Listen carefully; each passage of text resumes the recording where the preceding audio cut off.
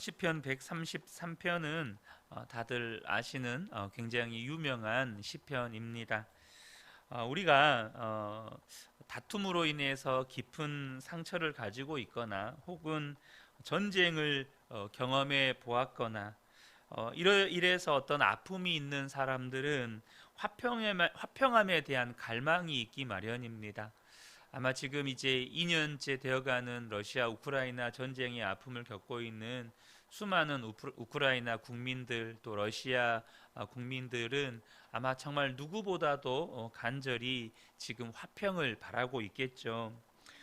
제 아내도 교회 안에서 성도들 사이에 화평함에 대한 갈망이 있었습니다. 어려서부터 아버지의 폭력 가운데 자란 영향도 있었겠지만 교회를 섬기면서 성도들 사이에 그렇게 갈등하고 싸우는 모습들을 빈번하게 목격했기 때문입니다. 지금까지 목회를 해오면서 교회마다 차이는 있지만 여전히 갈등과 다툼이 있는 모습을 보면 정말 안타까울 때가 참 많습니다. 우리 속에 있는 죄의 본성이 우리가 함께 모여 있을 때 자꾸 갈등하고 또 다투게 만드는 것 같습니다. 이 가정도 교회에도 이 갈등과 다툼의 이 어려움에서 쉽게 벗어나지를 못하는 것 같아요. 어떤 때는 옳고 그름을 따지기 위해서 다투고 어떤 때는 정말 잘해보자고 다투고 또 어떤 때는 마음에 안 든다고 서로 끊임없이 이렇게 다투고 갈등하는 것을 보게 됩니다. 그러나 우리가 정말로 안타까워해야 하는 것, 또 제가 볼 때 정말 안타까운 건 뭐냐면 싸우는 게 아닙니다. 물론 싸우는 것 자체, 갈등하고 다투는 것 자체도 안타까운 일이지만 무엇보다도 우리의 안에 믿음이 변질된 것이 더 안타까운 겁니다. 어떤 믿음입니까? 싸워도 괜찮다는 거예요. 싸워도 된다는 그 믿음. 싸워도 괜찮다는 것도 여러분 믿음이라는 거 아셔야 합니다. 잘해보자고 싸우는 거니까 싸워도 괜찮다는 겁니다. 옳고 그름을 가려야 되니까 싸워도 괜찮다는 거예요. 여러분, 그런데요, 그것은 하나님께서 왜 우리에게 교회를 주시고 가정을 주셨는지를 몰라도 한참을 모르는 거예요. 그리고 분열하고 다투는 것이 얼마나 무서운 마귀의 역사인지 또 얼마나 끔찍한 결과를 낳는지를 모르니까 잘해보자고 싸우고 옳고 그름 따지면서 싸우고 또 마음에 안 든다고 싸우는 거죠. 여러분, 다툼과 분열이 있는 곳에는 하나님의 임재도 떠납니다. 하나님이 우리와 함께 하시지 않는다는 말이 아니라 더 이상 다툼과 분열이 있는 곳에는 하나님이 일하실 수 없다는 것입니다. 시편 133편은 예전부터 저에게 큰 감동이 되었던 시편입니다. 소개된 것처럼 다윗의 시편인데요. 다윗이 성도들이 함께 어우러져 지내는 모습을 보면서 이것이 정말로 하나님 보시기에 아름다운 일이라고 고백하는 시편입니다. 순례의 길을 떠났던 순례자들이 이렇게 혼자 순례의 길을 떠나기도 하지만 여럿이 함께 가기도 하고 또 가는 길에 또 다른 순례객을 만나서 함께 가기도 하면서 그렇게 함께 순례의 길을 떠나는 동료들을 기뻐하고 축복하면서 불렀던 노래입니다. 1절을 보면 그 얼마나 아름답고 즐거운가 형제자매가 어울려서 함께 사는 모습. 여러분, 이것이 우리를 교회로 모으신 하나님의 뜻이고 계획입니다. 여러분, 순례자들을 한번 생각해 보십시오. 예루살렘을 향하여서 가는 이 순례자들이 함께 무리를 지어서 이렇게 순례 여행을 가요. 그런데 함께 순례길을 가는 것 자체가 힘이 되고 기쁨이 되는 거예요. 혼자 가는 길이 얼마나 외롭고 고독하고 힘들겠어요. 근데 누군가 나와 함께 그 길을 가는 거죠. 그러니까 함께 그 길을 가는 것만으로도 내게 기쁨이 되고 또 위로가 되고 격려가 되는 거예요. 그런데 만일 이 순례객들 사이에서 싸움이 일어나서 서로 치고받고 주먹다짐을 하고 서로 욕하고 비난한다면, 서로 남처럼 얼굴도 보지 않고 말도 걸지 않고 지낸다면 그 순례가 무슨 은혜가 되겠어요? 여러분, 그렇지 않겠습니까? 그런데 우리가 신앙생활, 교회 생활하는 것이 똑같다는 거예요. 우리는 이 바벨론 세상에서 천국을 경험하면서 또 이 세상에서 하나님 나라를 경험하면서 하나님 자녀답게 살 수 있는 힘을 주시려고 하나님께서 우리에게 주신 게 바로 이 교회 공동체입니다. 이 교회 공동체의 가장 중요한 하나님의 계획은 서로 함께 어울려서 사랑하고 위로하고 서로 힘이 되는 화평한 공동체가 되는 거예요. 그것 자체가 우리에게 교회 공동체를 주신 가장 중요한 목적이라는 거예요. 우리가 영원한 하나님 나라, 영원한 천성을 향해 나아가는 이 길에 있어서 가장 중요한 건 서로가 힘이 되고 서로가 격려가 되고 또 서로가 위로가 될 수 있는 그런 화평의 공동체 자체가 되는 것이라는 겁니다. 사실 우리가 세상을 살아가는 일이 만만치 않잖아요. 우리가 이 마지막 때를 살아갈 때 분명히 주님께서는 말씀하셨습니다. 우리가 하나님께 속하였기 때문에 세상으로부터 미움받을 것이라고 말씀하셨고, 또 이 마지막 때에는 특별히 더 환난과 고난이 있을 것이라고 말씀하셨습니다. 그리고 우리가 인생의 여정 가운데 개인적으로 겪게 되는 또 수많은 어려운 일들이 있죠. 그런데 우리가 함께 교회가 되었을 때에 하나님이 주시는 것은 단지 하나님이 부어주시는 은혜만이 아닙니다. 바로 함께 신앙생활하는 성도의 위로가 있다는 거예요. 함께 신앙생활하는 성도의 격려가 있다는 겁니다. 우리는 지금 천성을 향해서 가는 순례의 길을 가고 있습니다. 그러므로 여러분, 교회의 자랑이 뭐겠어요? 여러분, 교회의 성도 수가 많으면 우리가 천성길을 향해 가는 길에 힘이 되고 위로가 됩니까? 그렇지 않습니다. 혹은 여러분, 교회가 예배당이 크면 우리가 천성을 향해 가는 길에 큰 힘이 됩니까? 절대 그렇지 않아요. 여러분, 혹은 저와 여러분이 섬기는 이 교회가 제자 훈련이 잘 되어져 있으면, 혹은 봉사를 많이 하도록 만들어주면 천성길을 향해 가는데 큰 도움이 됩니까? 그렇지 않다는 거예요. 그러므로 여러분, 교회의 가장 중요한 축복은 화평의 공동체를 이루는 거예요. 성도들이 서로 사랑하면서 누리는 화평인 거예요. 그것이 우리가 영원한 천성길을 향해 나아갈 때 서로 위로를 얻고 격려를 얻고 힘을 받고 또 함께 믿음이 자라가게 되어지는 일이라는 겁니다. 잘하자고 싸우고 옳고 그름 따지자고 싸우면 교회를 몰라도 너무나 모르는 겁니다. 그것이 얼마나 하나님의 마음을 아프게 하는 일인지, 또 그 결과가 얼마나 비참한지를 모르는 거예요. 하나님은 화목하고 하나된 교회를 통해서 주시는 복이 있습니다. 2절을 보면 머리 위에 부은 보배로운 기름이 수염 곧 아론의 수염을 타고 흘러서 그 옷깃까지 흘러 내림 같고 라고 말씀합니다. 아론이 제사장으로 이렇게 세움 받을 때 이렇게 기름 부어서 이렇게 세우잖아요. 그때의 이야기입니다. 머리에 기름을 부으니까 그 기름이 머리를 타고 수염을 타고 옷깃까지 흘러내리는 모습을 묘사하고 있습니다. 이 기름 부음을 받았다는 말은 거룩함과 하나님의 임재의 상징입니다.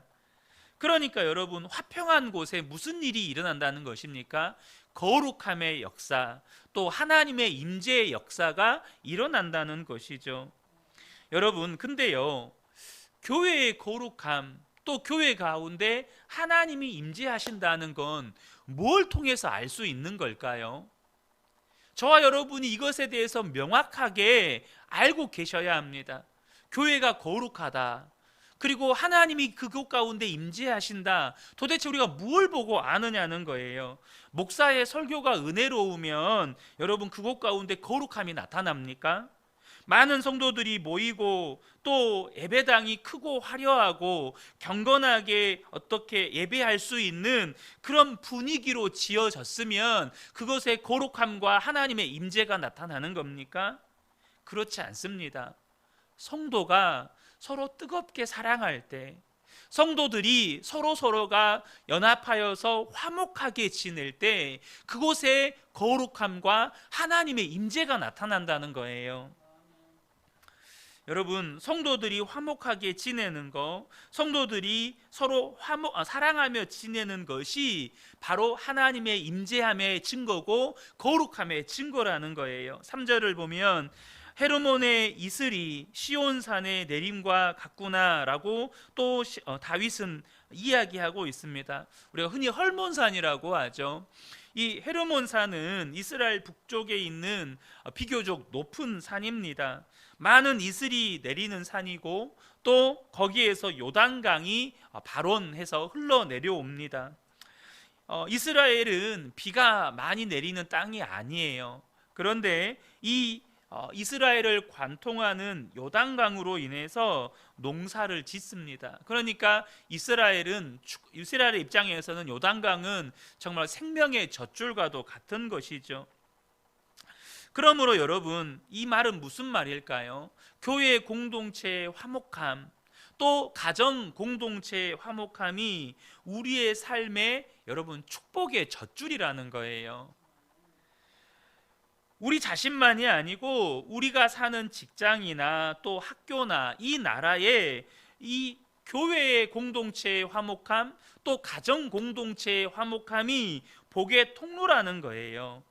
그러므로 저와 여러분이 이 화목한 공동체를 지켜갈 때에 여러분 개인에게도, 여러분의 또 일터도, 이 나라도 복을 받는 것입니다. 우리가 주일에 나눴지만 여러분, 사회와 국가의 가장 기초가 되는 공동체가 바로 가정이라고 말씀을 드렸습니다. 가정이 건강해야 여러분 나라가 건강한 겁니다. 사회가 건강한 거예요. 가정이 화목해야 여러분 이 나라, 이 민족이 복을 받게 되는 겁니다. 지금 한국 교회가 가지고 있는 가장 큰 아픔이고 위기가 무엇입니까? 교회가 여러분 화목하지 못하다는 거예요. 물론 모든 한국 교회가 화목하지 않다, 모든 한국 교회가 다투고 분열한다, 이런 뜻은 아닙니다. 그러나 제가 사례를 들어서 우리 성도님들께 나누지 않아도 한국 교회 안에 아픔, 한국 교회의 위기가 뭡니까? 교회 안에 다툼과 분열이 너무 많다는 거예요. 교회가 정말로 하나 되어 사랑하지 못하고 있다는 것입니다. 여러분, 우리가요, 돈도 벌어야 돼요. 건강도 해야 합니다. 또 자신의 어떤 맡은 분야에서 성공도 해야겠죠. 그런데 여러분, 나라가 전쟁에 휩싸이면 그게 다 무슨 소용이 있습니까? 나라가 화목하지 못하면 그게 다 무슨 의미가 있나요? 전쟁 한번 일어나면 우리가 쌓았던 모든 것은 다 의미가 없어지게 되는 거예요. 그러므로 여러분, 화목이라고 하는 것, 연합이라고 하는 것, 서로 뜨겁게 사랑하는 것이 얼마나 큰 복인지를 아셔야 한다는 것입니다.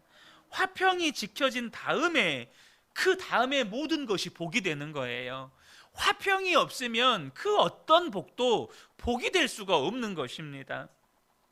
그런데 이 화평의 복의 핵심이 바로 영생이라는 겁니다. 3절 하반절을 보면 주님께서 그곳에 복을 약속하셨으니 그 복은 곧 영생이다. 여러분, 교회가 화평한 것은 성도들이 영생의 복을 누리는 것과 같다는 것입니다. 여러분, 연합은요 하나님이 하시는 거예요. 그래서 연합이 주는 감동이 있습니다. 연합이 주는 큰 은혜가 있어요. 이번 주일에 우리가 가정에 대한 말씀을 이제 나누기 시작했지 않습니까?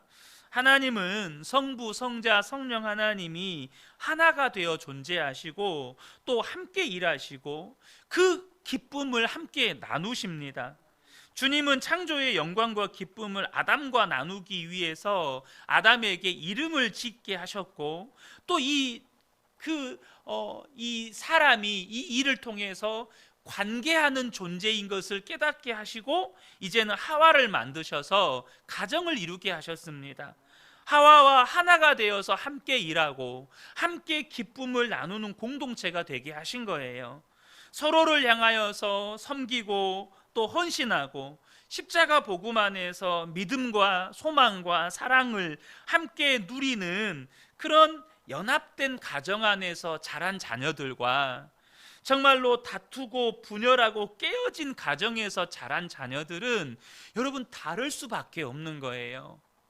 다를 수밖에 없어요. 저는 이 시대에 비혼주의가 늘어나는 이유 중에 하나는 여러분 가장 핵심적인 이유는 이 사회가 돈이 없으면 자녀들을 키울 수 없는, 제가 뭐 예전부터 그랬죠. 우리나라는 자녀 한 명을 낳아서 키울 때까지 6억인가 7억인가 든대요. 그러니까 저 같은 사람은 자녀를 키울 수가 없는 거죠. 그럼 저 같은 사람은 애를 낳으면 안 돼요. 이것이 우리 이 시대 젊은이들 안에 지금 박혀 있는 생각 가운데 하나인데요. 어쨌든 여러분, 이 시대에 비혼주의가 늘어나는 이유는 그런 이유도 있을 거예요. 그러나 더 근본적인 건 정말로 화목한 가정에서 자란 자녀들이 그렇게 많지 않다는 겁니다. 사랑의 가치를 경험하고 정말로 섬기고 헌신하는 가치를 경험한 가정에서 자란 자녀들이 그렇게 많지 않다는 거예요. 젊은이들이 하는 말이 있습니다. 결혼해서 나의 젊음과 또 나의 물질과 나의 헌신을 결혼해서 낳은 자녀들에게 쓰고 싶지 않다는 거예요. 쓰고 싶지 않다는 거예요. 여러분, 이렇게 사랑의 공동체에서 자란 자녀들과 다투고 분열하는 공동체에서 자란 자녀들은 다를 수밖에 없습니다. 우리는요 어쩔 수 없이 환경의 영향을 받아요. 코로나 바이러스나 독감만 전염되는 게 아니고 우리의 영혼도 서로에게 영향을 받습니다. 그러니까요 우리 안에 있는 미운 마음도 전염이 되고 원망도 비난도 분노도 전염이 돼요. 그래서 우리가요 우리의 영적인 환경을 지켜갈 필요가 있어요. 아니 그렇게 하셔야 합니다. 내 영적인 분위기가 옆 사람에게 전염돼요. 그거 아셔야 합니다. 여러분이 그냥 예배의 자리에 앉아 있다고 해서 여러분의 사명이 끝나는 게 아닙니다. 여러분의 할 일이 끝난 게 아니에요. 우리가 어제도 우리 수요예배 때 말씀 나눴죠. 마음 지키고 예배 드리셔야 돼요. 여러분들이 예배 전에 가정이나 일터에서 어떤 분노한 일이 생겼고 정말로 영적으로 너무너무 침체되는 일이 생겼고 이런저런 일이 생겼어요.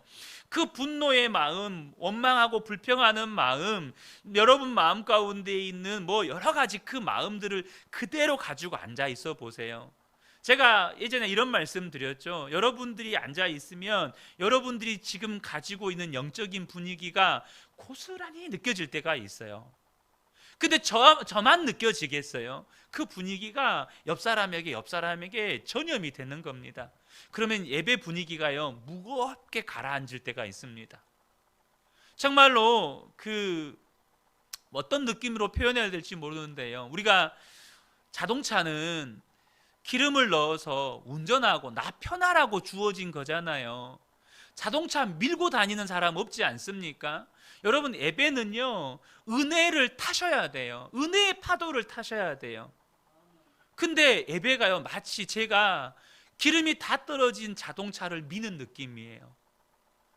은혜를 그렇게 밀어내는 느낌이에요. 은혜 받게 하려고 제 힘으로 됩니까? 안 되는 거죠. 이처럼 우리가요, 서로에게 영적인 영향을 주고 받는다는 겁니다. 그러므로 여러분, 저와 여러분이 기억하셔야 될 건, 우리가 서로에게 영향을 주고 받기 때문에 우리 안에 있는 선한 영향력이 흘러가게 하셔야 합니다. 그러기 위해서 저와 여러분이 주님을 바라보고 또 바라보셔야 돼요. 제가 이 자리에 설 때, 만약에 이 자리에 섰는데 굉장히 화나고 굉장히 막 어둡침침한 그런 얼굴 표정으로 이 앞에 섰다고 가정을 해보세요. 누가 제 설교의 은혜를 받으며, 누가 여러분 이 예배 가운데 은혜롭다, 우리 목사님 최고다 이러겠어요? 아마 이 예배 시간에 모든 성도님들이 한결같이 시험 드실 거예요. 그래서 제가 그걸 알기 때문에 예배 때마다 끊임없이 더 몸부림치는 것이 주님을 바라보고 또 바라보는 거예요. 왜냐하면 제 힘으로 영적인 분위기도 안 바뀔 뿐만 아니라 제 마음 하나도 바꾸지를 못하는 거예요. 제 마음 하나도 내 의지와 결단으로 안 바뀌어요. 그럼 무엇으로 바뀝니까? 내 마음의 왕이 되신 주님이 바꾸시는 겁니다. 그런데 내가 주님을 바라보지 않으면, 내가 주님께 순복하지 않으면 내 마음이 안 바뀌는 거예요. 그러므로 저와 여러분이 해야 될 일 가운데 중요한 것이 공동체의 화평을 지켜가는 것입니다. 어느 목사님이요, 늘 성도들에 대한 부정적인 마음에 사로잡혀 있었습니다. 그래서 주변에 마음에 드는 사람이 하나도 없고, 이 성도는 이게 마음이 안 들고 저 성도는 저게 마음이 안 들고 늘 이런 마음을 품고 살았어요. 그런데 어느 날 로마서 14장 10절의 말씀을 읽고 심장이 내려앉은 것 같았다고 하셨습니다. 로마서 14장 10절을 보면, 네가 어찌하여 네 형제를 비판하느냐, 어찌하여 네 형제를 업신여기느냐, 우리가 다 하나님의 심판대 앞에 서리라. 꼭 자기 자신에게 하나님께서 직접적으로 말씀하시는 것 같았대요. 너는 어찌하여 다른 사람을 심판하고 판단하고 업신여기느냐, 우리가 다 같이 하나님의 심판대 앞에 설 것이다. 자기 생각에 내가 옳아서 그래서 다른 사람을 비판적으로 보는 것이 아니고, 지금 자기가 마귀의 영향력에 붙잡혀서 다른 사람을 판단하고 비판하고 있었다는 것을 깨닫게 되셨다는 거예요. 그래서 그때부터 목사님은 다른 사람을 비판하거나 판단하는 생각이 들 때마다 예수님의 이름으로 그 생각을 대적했다는 겁니다. 그리고 오랜 시간 그런 영적 싸움 끝에 그 부정적인 생각에서 풀려났다는 거예요. 여러분, 우리는요, 모든 성도들에게 특별히 연약한 부분들이 있습니다. 나도 모르게 부정적인 생각에 사로잡히게 되는 영역들이 있어요. 여러분, 그때마다 예수님의 이름으로 대적하셔야 합니다. 여러분이 어떤 부정적인 생각에, 영향력에 사로잡히면 나 한 사람 부정적인 영향력에 사로잡히는 것으로 끝나지 않아요. 반드시 우리는 한 몸이기 때문에 내 옆에 있는 지체들에게 그 영향력을 흘려보내게 됩니다. 그럼 함께 모이면 그것이 고스란히 드러나요. 이 영적인 은혜가 소통이 되어야 되는데 그 소통이 어느 곳에 가서 막히게 돼요. 심지어 은혜가 막히는 곳으로 끝나는 것이 아니라 그분이 가지고 있는 부정적인 영향력이 고스란히 다른 성도들에게 흘러갑니다. 사랑하는 성도 여러분, 저는 우리 그은혜 교회가 이 화평의 분위기를 함께 만들어 가기를 간절히 원합니다. 내가 우리 교회를 화평의 공동체로 만들어가는 너무나도 귀한 사명자다, 우리 가정을 화평의 공동체로 만들어가는 사명자다, 절대 잊지 마시고 날마다 주님 바라보시면서 우리 교회도 또 여러분의 가정도 화평의 공동체로 만들어 가시기를 예수님의 이름으로 축복합니다. 아멘.